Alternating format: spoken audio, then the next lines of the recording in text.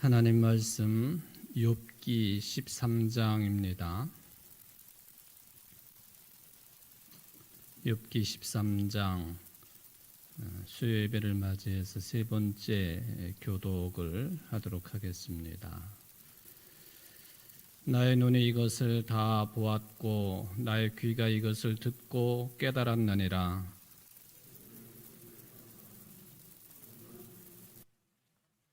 참으로 나는 전능자에게 말씀하려 하며 하나님과 변론하려 하노라.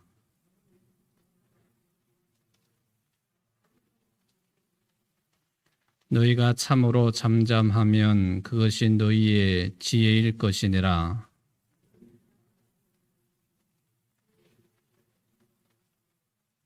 너희가 하나님을 위하여 불의를 말하려느냐? 그를 위하여 속임을 말하려느냐?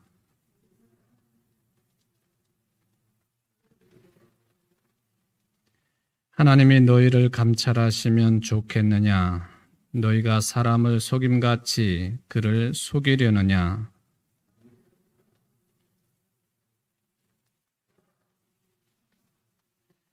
그의 존귀가 너희를 두렵게 하지 않겠으며 그의 두려움이 너희 위에 임하지 않겠느냐?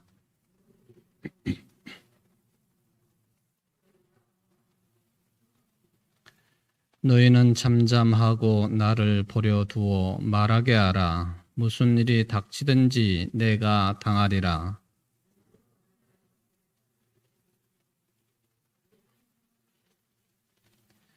그가 나를 죽이시리니 내가 희망이 없노라. 그러나 그의 앞에서 내 행위를 아뢰리라.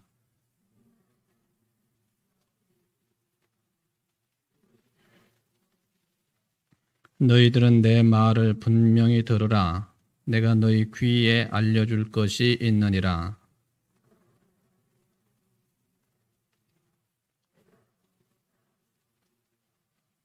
나와 변론할 자가 누구이랴? 그러면 내가 잠잠하고 기운이 끊어지리라.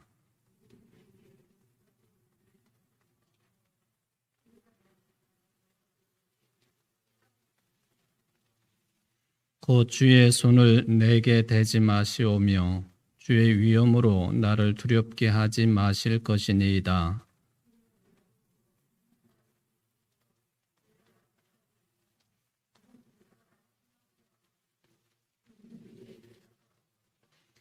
나의 죄악이 얼마나 많으니까 나의 허물과 죄를 내게 알게 하옵소서.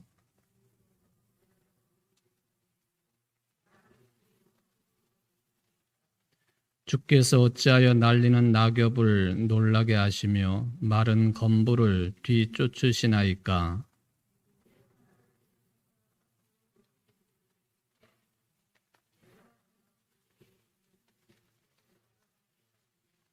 내 발을 착고에 채우시며 나의 모든 길을 살피사 내 발자취를 점검하시나이다.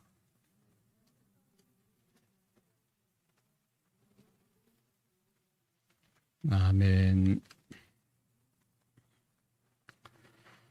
자, 이제 여러분들 욥기 13장 말씀을 오늘까지 세 번째 성경 공부 시간에 한한 이야기입니다만은 세 번째 교독을 하셨습니다. 오늘 이제 일주일에 한 번씩 이 예배 시간에 욥기를 읽는 것이니까 한 주간의 삶이 워낙 바쁘고 또 복잡하기 때문에 지난 수요일 날 이 똑같은 13장 말씀을 교독할 때 하고 또 지금 이 시간 이 13장 말씀 똑같은 장을 똑같은 내용을 토시 하나도 틀리지 않게 다시 읽으면서 느끼는 느낌하고 어떠신지 모르겠어요.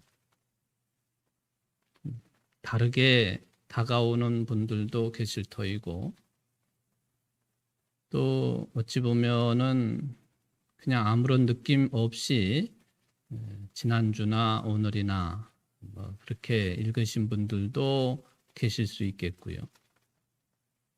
또 아주 똑같은 느낌을 받으신 분들도 계시리라 그런 생각을 해 봅니다.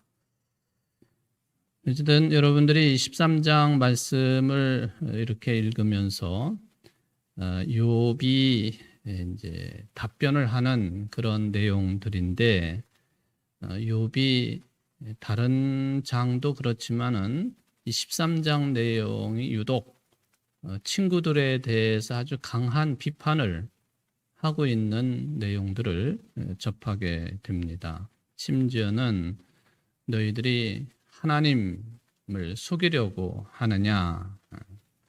사람은 속일 수 있을지 모르지만은 하나님마저도 속이려고 하느냐 하는 그런 내용으로 친구에게 반응을 보여주고 있습니다. 지혜의 신앙관을 가지고 있는 이 친구에게, 즉 율법의 가르침을 근거로 한 일반적인 유대인의 신앙적인 삶을 강하게 살고 있는 이 친구에게 하나님을 속이려느냐 하는 이 말은요, 굉장히 준엄한 책망에 속하는 내용입니다. 네가 하나님을 속이려고 하느냐? 만약에 어떤 분들이 여러분에게 당신 하나님을 속이고 있어 또는 속이려고 하느냐라고 이렇게 아주 강한 어조를 가지고 이야기를 한다면 저는 아마 화가 좀 날 것 같아요. 내가 언제 하나님을 속였다고 그러느냐, 이것으로부터 시작해가지고 또 다른 이제 논쟁거리가 생길 것이다 라고 이제 생각을 해 봅니다. 그러면서 12절 말씀을 보니까 너희의 격언은 재 같은 속담이요 너희가 방어하는 것은 토송이니라. 그러니까 너희들이 가지고 있는 이 격언, 이거는 이제 지혜를 이야기하는 것이거든요. 유대인들이 일반적으로 가질 수 있는 율법에 근거한 지혜, 또 유대 사회에서 어른 역할을 하는 사람들이 일반적으로 이제 백성들에게 할 수 있는 신앙적인 교훈, 뭐 이런 것들이 다 포함이 된다고 볼 수가 있겠는데, 이것을 비유하기를 재 같은 것이다. 재 같은 속담이라고. 재가 뭔지는 아시잖아요. 재 같은 속담이라고 그렇게 이야기를 합니다. 또 너희가 방어하는 것은 토성이니라. 여기 이제 재라고 하는 것과 토성이라고 하는 이 표현은 어떻게 말을 할 수 있을까요? 매우 연약한 존재다. 곧 허물어지고 바람 불면 사라지고 또 쓸모없는, 그러니까 하나님 앞에 서기에는 거의 유명무실한 그런 존재를 여기 재와 토성으로 이야기했다고 볼 수가 있겠습니다. 재라고 하는 것은 무엇을 태우고 남은 찌꺼기죠.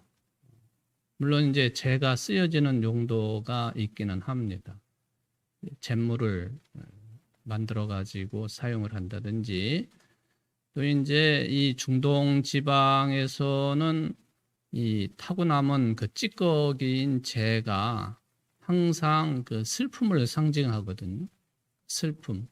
그러니까 갑작스럽게 무슨 그 사고를 당하거나 또 뭐 충격적인 일을 만나거나 또는 뭐 지금도 그 서로 간에 이스라엘하고 아랍 사람들이랑 뭐 서로 전쟁을 가끔 하기도 하고 본격적으로 하기도 하고 그렇습니다만은, 지금도 아랍 사람들의 삶의 양식 가운데 보면은 그렇게 충격적인 일을 만나게 되면은 땅바닥에 주저앉아 가지고, 특히 여성들이 그러죠.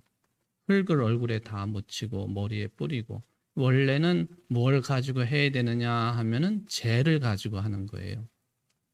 재를 가지고 얼굴에 바르고 그리고 머리에 뿌리고 온몸에 뿌리고 그러는 거거든요.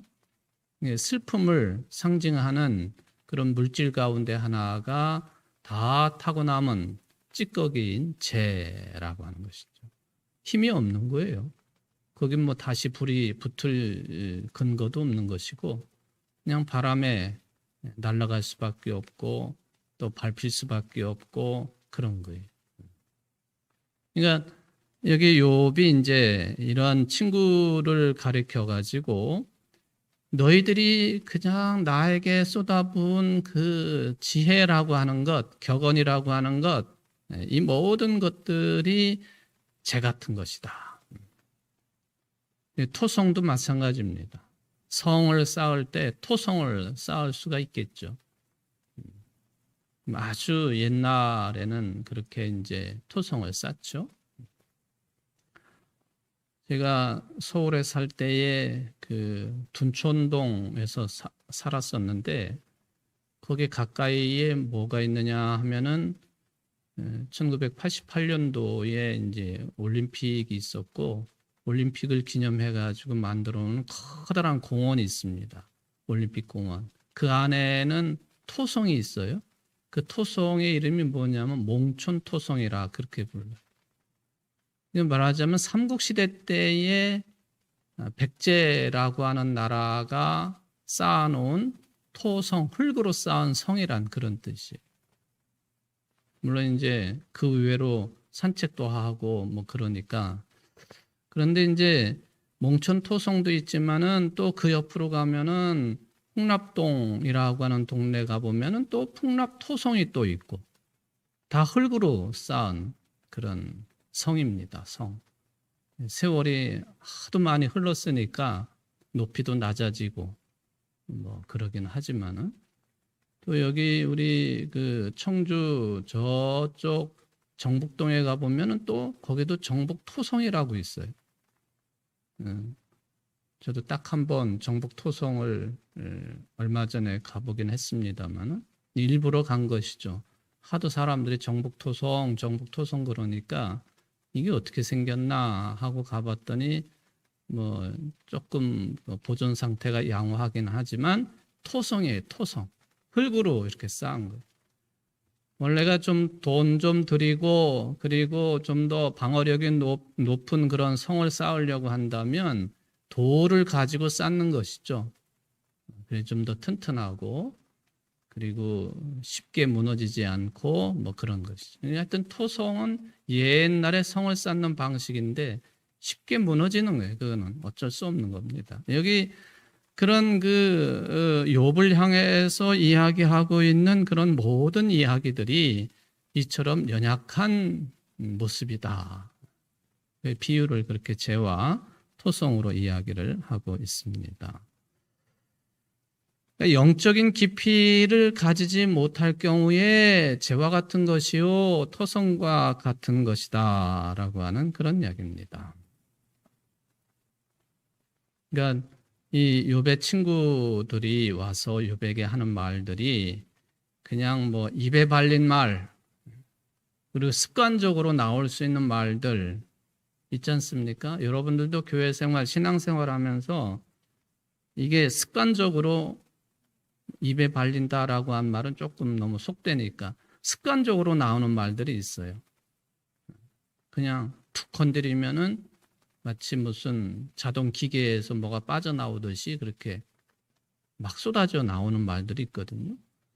이제 그런 그 용어들, 그런 말들, 그리고 상대방에게 하는 말이라고 할 때에 영적인 깊이가 어느 정도가 될까? 이것은 매우 조심을 해야 되고, 그리고 사실 이런 말들은 그냥 가볍게 쏟아지는 경우가 있을 수 있다 하는 것입니다. 그래서 우리의 신앙생활이 자칫 잘못하면은 뜨거운 것처럼 보이지만은 그 광신 또는 열광주의에 빠질 수도 있고요. 영적인 깊이가 없다가 보면은 그런 쪽으로도 빠지지만은 아주 냉소적인 그런 신앙관을 가질 수도 있는 것입니다.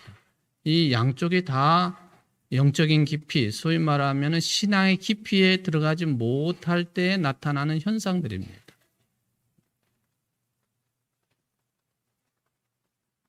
가끔 뭐 유튜브나 이런 걸 보면요. 아멘 하는 건 굉장히 중요하고 좋은 일이죠. 말씀에 대해서 또 꼭 말씀이 아니라 할지라도 언제나 우리의 이렇게 돌아가는 상황들을 곰곰이 생각하면서 아멘으로 받아들이는 경우가 참 많습니다. 근데 되나가나 아멘 하는 사람들이 있어요. 되나가나. 욕을 해도 아멘이라고 그러고, 상대방을 죽인다고 그래도 아멘이라고 그러고, 그냥 막대먹은 그런 설교를 듣고도 아멘이라고 그러고, 이거는 결코 신앙이 좋은 거라고 말할 수는 없습니다. 소위 말하면 영적인 깊이가 없는 반응들이다. 그런 이야기입니다. 요즘에 이 SNS 활동 중에 특별히 유튜브 활동은 아주 수많은 분야의 그 폐해를 가지고 오는 것 같아요.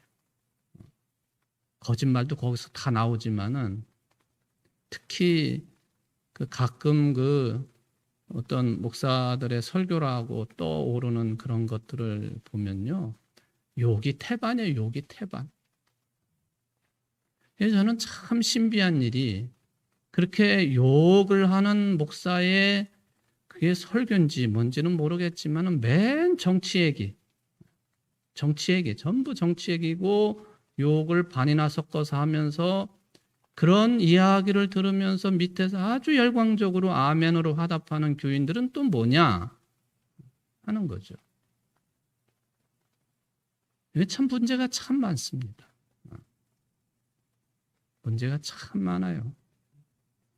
영적인 깊이, 신앙적인 깊이, 믿음의 깊이 굉장히 중요한 것이거든요. 근데 양극단으로 가게 되면은 이 신앙의 깊이를 찾기는 매우 어렵게 되어 있다. 위선에 빠질 수도 있고, 그리고 무식함으로 떨어질 수도 있고요. 그러니까 꾸준히 이런 영적인 깊이와 신앙의 깊이를 공동체 안에서, 교회 공동체 안에서, 그리고 더 중요한 것은 우리가 개인적으로 꾸준히 기도하며 말씀에 의지하며 성령의 도우심 가운데에서 이 영성의 훈련을 계속해 나가는 것이 최선입니다. 스스로가 깨달음을 가지고 그런 삶에 매진할 수 있다고 한다면 그것처럼 또 좋은 모습이 어디 있겠습니까? 그러다가 그게 채워지지 않을 경우에 교회 공동체에 나와서 설교를 통해서라든지 또는 전반적인 교회 생활을 통해서 교우들 간의 대화나 또 격려나 위로 가운데에서 그리고 우리들도 전혀 예상하지 못한 가운데 하늘에서 은총이 내려오는 성령의 도우심으로 우리 신앙의 삶이 늘 훈련받는 삶이 될 수 있다고 한다면 사도 바울처럼 앞을 향해 전진하는 그런 신앙의 모습이 될 수 있다고 한다면 그 신앙의 깊이는, 영적인 깊이는 날마다 깊어지는 것이다. 저는 그렇게 생각을 해봅니다. 그러고는 욥이 마치 결단을 내리는 것처럼 친구들하고 대화가 더 이상 필요 없다. 그렇게 판단을 하는 것 같습니다. 그래서 이제 제발 나를 여기 가만둬라. 여기 13절 말씀에 그러잖아요. 너희는 잠잠하고 나를 버려두어 말하게 하라. 무슨 일이 닥치든지 내가 당하리라 하는 그런 말입니다. 제가 이제 이 설교 준비를 하면서 아직도 부모의 도움과 보살핌이 필요한 자녀들이 부모에게 이런 말을 하면 부모들은 대부분이 굉장히 기분 나빠합니다. 나를 내버려 달라고, 내버려 두라고, 내가 알아서 한다고 그러고. 여기 뒤에 보면은 무슨 일이 닥치든지 내가 당하리라. 이게 이제 속된 말로 말하면 아직 어린 자식이 그렇게 나오면은 이제 싸가지가 없게 보이는 거죠, 사실은. 내가 알아서 한다는데 어려움 당해도 내가 당하는 거고, 뭐 이런 식의 말투로 자녀가 부모에게 달려든다고 한다면, 근데 여기는 이제 친구 관계 속에서 이제 이런 말을 해주고 있는 것이죠. 제발 나를 가만둬라. 내가 불행에 빠졌다고 해가지고 그 가짜는 연민을 가지고 뭐 이러쿵저러쿵 이야기하는 거, 그것도 듣기 싫다. 내 불행 내가 지고 갈 테니까 더 이상 나를 불쌍하게 여기지도 말아라. 아주 강한 어조로 13절에서 욥이 이야기를 합니다. 이제 13절까지가 이제 첫째 단락이라고 말할 수 있는 내용이 되겠습니다. 그리고 이제 두 번째 단락이 14절부터 19절로 진행이 되고 있습니다. 사실 욥의 상황은 누가 보더라도 우리가 흔히 쓰는 말처럼 사면초가죠. 사면초가. 중국 고사에 나오는 이야기입니다만은 초나라의 노래가 사면에서 들리니까 절망적인 상태에 빠져 있는 황후를 이야기하는 내용이 사면초가죠. 사면초가다 그러면 아주 그 힘든 상황이 사방에 둘러싸여 있다. 나를 중심으로 그런 빠져나올 수 없는 그런 상황이 나를 부정적으로 둘러싸여 있다. 욥이 그렇다는 거예요. 사실 이런 정도의 사면초가라고 한다면요, 제정신 차리고 있는다고 하는 것 자체가 힘든 일입니다. 죽을 지경이거든 지금. 차라리 죽는 게 낫다. 뭐 욥이 그런 표현도 합니다만 죽을 지경이에요. 죽을 지경. 그리고 뭐 하나 제대로 풀리는 거 없는 그런 상황. 힘이 쫙 빠지고 다리에 힘이 다 빠지고 온 몸의 기운이 다 빠져나간 상태 뿐만 아닙니다. 온 몸이 종기가 나가지고 악창이 일어나가지고 어찌할 수 없는, 사실은 이런 상황 속에서 욥이 친구들하고 이런 대화를 나눈다고 하는 것 자체가 제가 볼 때는 기적적인 의미가 있습니다. 정신 차리기가 힘든 거예요. 그래서 다 포기하고 주저앉아 버린다든지 아니면은 대충 뭐 먼 곳에 있는 친구들 다 그 지역에서는 그 우두머리와 같은 사람들이 와서 이야기를 하고, 그리고 욥도 잘 알고 있는 율법에 근거한 충고들을 하고 또 지혜에 관한 이야기를 하고 하니까 그래 알았다. 소위 말하면은 절충이라도 할 수 있을 것입니다. 내가 잘못한 것 같으니까 내가 하나님께 돌이키겠다라든지, 자네들이 이야기하는 것 내가 알았다라든지 받아들이겠다라든지. 근데 욥은 결코 그런 모습을 이제 보이는 게 아닙니다. 물론 이제 욥과 비슷한 이야기들이 꼭 성경에만 등장하는 것은 아니죠. 우리 인류의 훌륭한 문학 작품들이라든지 뭐 등등등 이렇게 주변을 둘러보면은 욥과 똑같은 현상은 아니지만은 그런 정도의 죽을 상황까지 몰린 사람들의 이야기는 많다고 볼 수가 있겠습니다. 그러니까 옛날 사람들이 운명론적으로 생각을 해가지고 저가 믿는 신이 살아있다고 한다면 어떻게 한 인간의 삶을 이토록 저주스럽게 만들어 놓았을까? 뭐 생각해 볼 수 있는 그런 내용입니다. 어쨌든 욥은 일반적인 사람들이 가질 수 있는 태도와는 다르게 아주 강력하게 논쟁적이고, 그리고 심지어는 이 친구들을 마치 조롱하듯이, 그리고 친구들이 하는 이야기들을 폄훼하듯이 의미 없는 것처럼 그렇게 하는 것을 보면은 욥이라고 하는 사람이 참 대단한 인물이다. 너희들 아무리 떠들어도 내가 꿀릴 것 같으냐? 내 신세를 한탄만 하면서 그렇게 주저앉을 것 같으냐? 너희들이 나를 판단하느냐? 나를 뭐 치유한다고 떠들어대느냐? 너희들은 돌팔이 의사와 같은 존재들이야. 이렇게까지 나오거든요. 더 나아가서는 하나님께 대해서도 타협을 하거나 그냥 머리 숙이고 하나님 아래로 들어가거나 하지를 않아요. 고분고분하지를 않아요. 하나님, 내가 도저히 이해할 수 없습니다. 마치 따지듯이 그렇게 대하는 사람이 욥이라고 하는 거예요. 그러니까 사람들이 볼 때 당신의 운명, 당신의 숙명 뭐 이런 이야기를 합니다마는 거기에 지지를 않아요. 쓰러지지도 않습니다. 그러니까 13절 같은 경우는 이게 내 운명이고 내 숙명이라고 한다면 내가 스스로 감당하겠다. 네, 그거죠.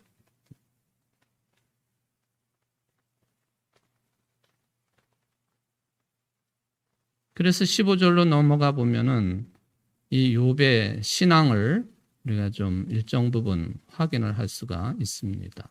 그가 나를 죽이시리니 내가 희망이 없노라.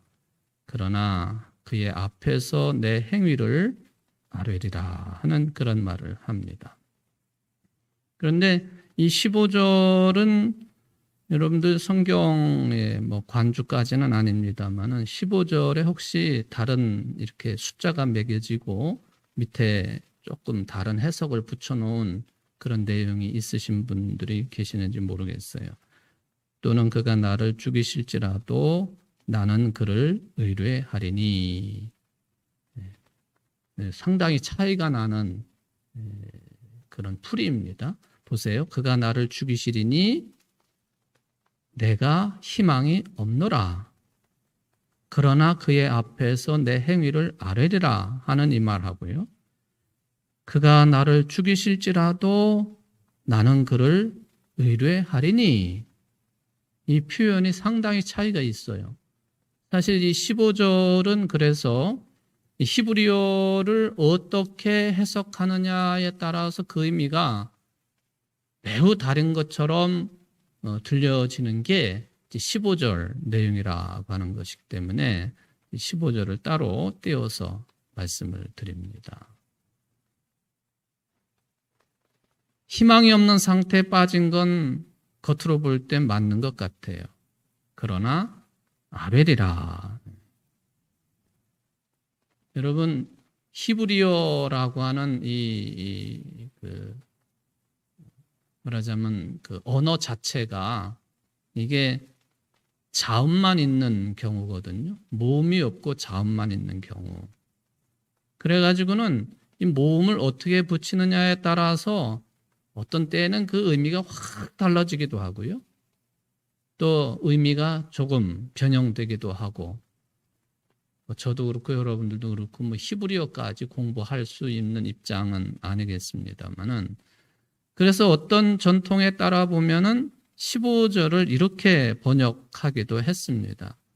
잘 한번 좀 들어보십시오. 15절 여기 우리 개역 개정판에 있는 내용하고 제가 지금 어떤 해석이라고 전해드리는 이 말하고 한번 비교를 해보십시오.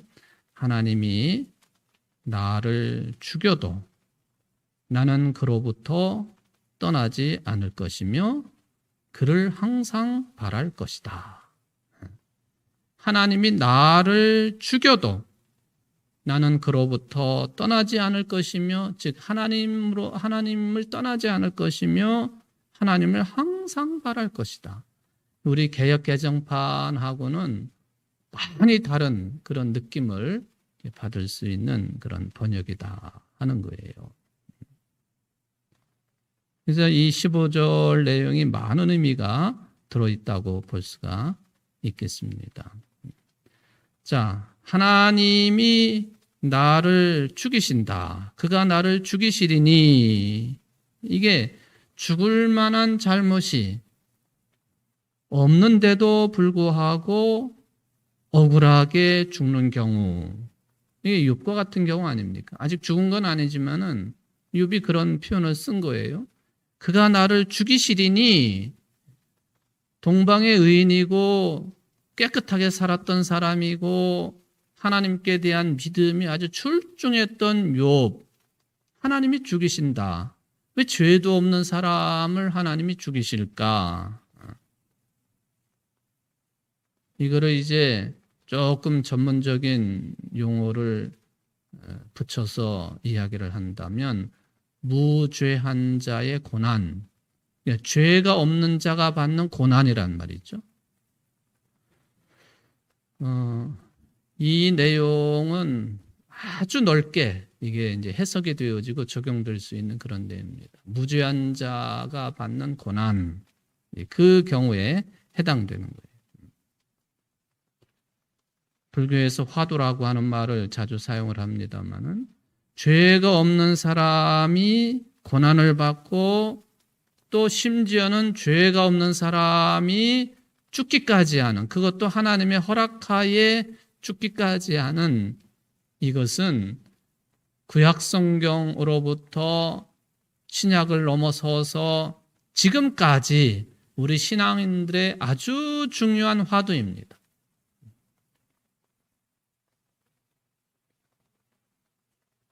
저도 이 부분에 있어서 완전히 이것을 해석하고 받아들일 수 있다 그렇게 자신 있게 말씀은 못 드려요. 그죠?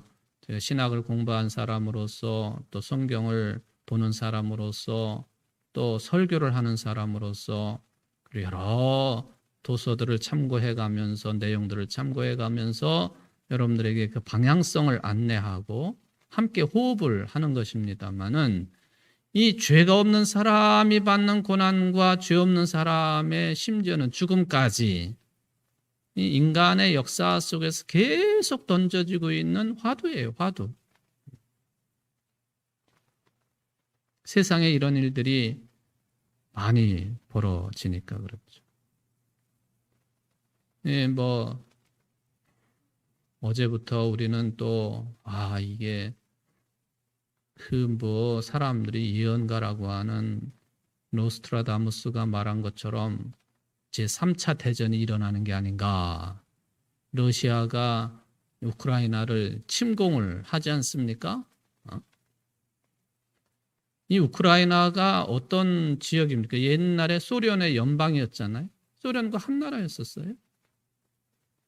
거기에서 좀 되기는 했습니다마는 이 체르노빌 원전 사고, 폭발 사고가 났던 데가 그 우크라이나에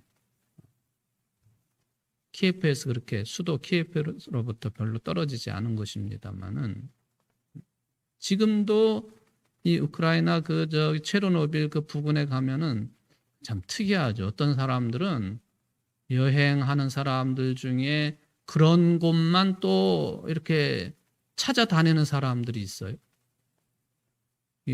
방사능 측정할 수 있는 그 기계를 개인별로 하나씩 다 가지고 그런 데를 들어가요. 체르노빌 도시, 그 옆에 도시 다 유령 도시처럼 되어 있는, 또 그런 데만 가는 사람은 거기 체르노빌 갔다가 일본의 동일본 대지진 때에 무너진 그 사고가 난 후쿠시마 원전도 있잖아요. 그런 데도 찾아가고. 지금도 가서 측정기를 대면은 어느 곳은 그냥 막 그 측정기가 미친 듯이 막 수치가 올라가는. 그때 당시에 체르노빌 원전이 폭파됐을 당시에 그 무식하게 그것을 서방 세계가 알면은 안 되니까 난리가 나서 숨기고 그리고는 옛날 소련의 군인들을 동원해 가지고 헬기를 띄워 가지고 그거를 막 그냥 화학 물질들을 막 위에서 떨어뜨려서 그걸 불을 끄고 그러다가 헬기가 그냥 부딪혀 가지고 떨어지고 그 동영상을 보면은 엄청난 그 피폭량 때문에, 방사능 그 피폭량 때문에 1시간 내에 즉사하는 경우가 수없이 많은 거예요. 지금 그 우크라이나 거기를 지금 소련이 그 일부분에 러시아를 흠모하는 사람들이 모여 살고 있고 우크라이나로부터 독립운동을 일으키고 있는 그 지역에 지금 뭐 평화 유지를 위한다는 명분을 가지고 탱크들을 그냥 막 집결을 시키고 들어가지 않습니까? 전쟁에 대한 위협, 전쟁이 나면 정말로 뭐 죄 없는 사람이 어디 있겠습니까마는 그냥 평화롭게 법 없이도 잘 살 만한 사람들이 이 강대국들의 전쟁에 의해서 죽어가고 평생을 불구로 지내야 되고 방사능에 의해서 피폭이 돼가지고 본인 자신뿐만 아니라 2대, 3대까지 그냥 불구자들이 탄생을 하고 하는 이 죄 없는 자 또는 무죄한 자, 큰 잘못 없이 법을 어김없이 그냥 평범하게 살아갔던 이 평범한 사람들의 죽음이나 고난, 거기에다가 어린아이들은 무슨 죄가 있습니까? 네, 지금도 똑같단 아프리카에 먹을 것이 없어서 며칠씩이나 굶어가고 있는 이 아이들, 또 부모는 또 죽었으면은 뭐 그렇다 하지만은 애들을 내버리고 또 어디로 다 도망가 버려요, 부모. 그러면은 8살짜리가 그 밑에 줄줄이 뭐 6살, 5살, 3살 이런 동생들을 데리고 먹고 산다고 그냥 며칠씩 굶은 상태로 지내고 하는 애들이 무슨 죄가 있습니까? 난민들은 또 무슨 죄가 있습니까? 그러니까 신학에서 질문을 합니다. 하나님이 정의로우신 분이시라고 한다면, 사랑의 하나님이시라고 한다면 어떻게 이런 일이 벌어지게끔 허락하시며 내버려 두십니까? 이거죠. 무죄한 자의 고난 또는 죽음의 문제는 인류 역사와 그 길이를 함께하고 있다. 성경도 당연히 이 문제를 다루고 있다 하는 것입니다. 이거는 뭐 교회를 나오고 안 나오고 상관없이. 그런데 욥이 그런 말을 하는 거예요.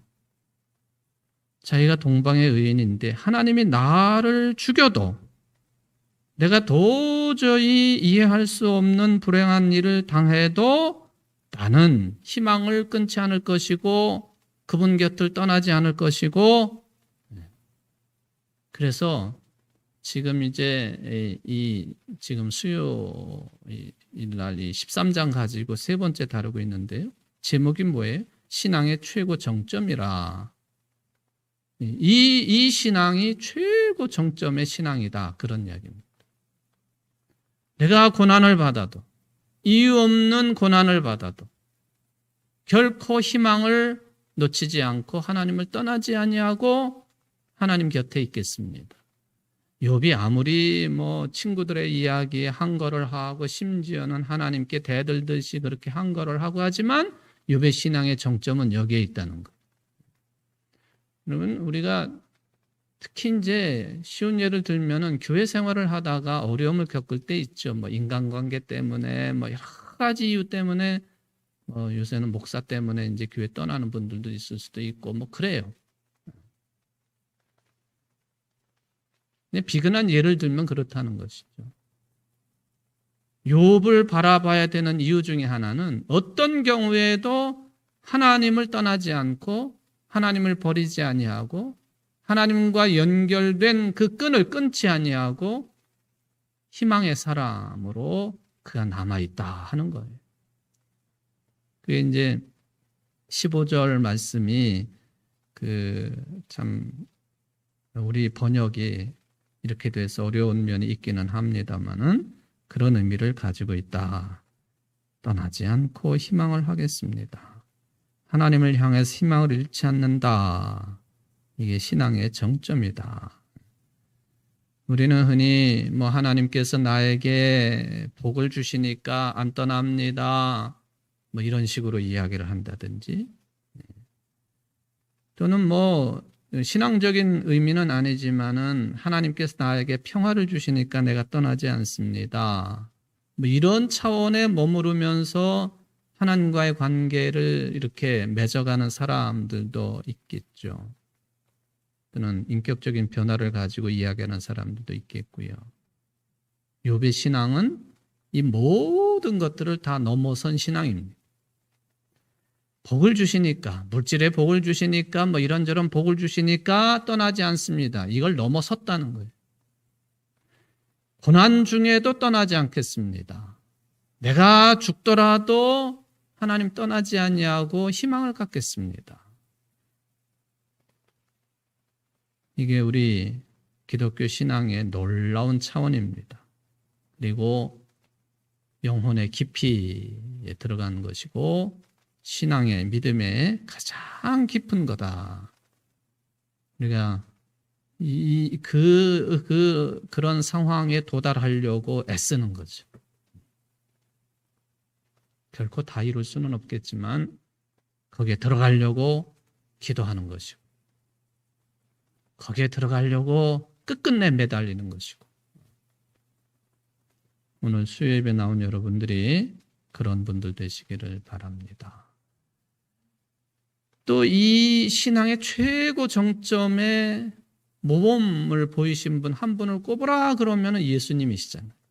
예수님에 관한 내용은 다음 시간에 한 번 더 네 번째 시간에 말씀을 드리도록 하겠습니다. 기도하십시다. 고마우신 하나님 아버지, 욥에 대해서 우리가 이런저런 내용의 이야기를 하고 있습니다만은 어찌 욥을 생각하면서 신앙의 최고 정점을 찍은 사람이라고 말할 수가 있겠는지 오늘 욥기 13장 15절 말씀 한 절만 가지고도 우리는 그렇게 평가할 수 있을 것 같습니다. 무죄한 자의 고난, 죄가 없는 자의 죽음, 이것이 왜 가능한지요? 하나님은 사랑이시고 정의로우신 분이신데 또 우리를 구원하시기를 그렇게 원하시는 분이신데 왜 이런 일이 벌어지는지요? 의심이 들고 질문할 수 있겠습니다만은 그러나 그런 과정 속에서 결코 하나님을 떠나지 아니하고 하나님을 버리지 아니하고 하나님과 늘 함께 거기에 희망을 찾을 수 있는 그런 신앙인 되기를 원합니다.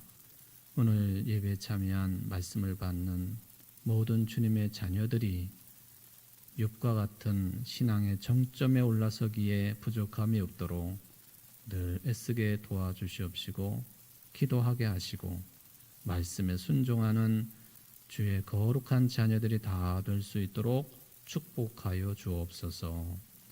예수님의 이름으로 간절히 기도하옵나이다. 아멘.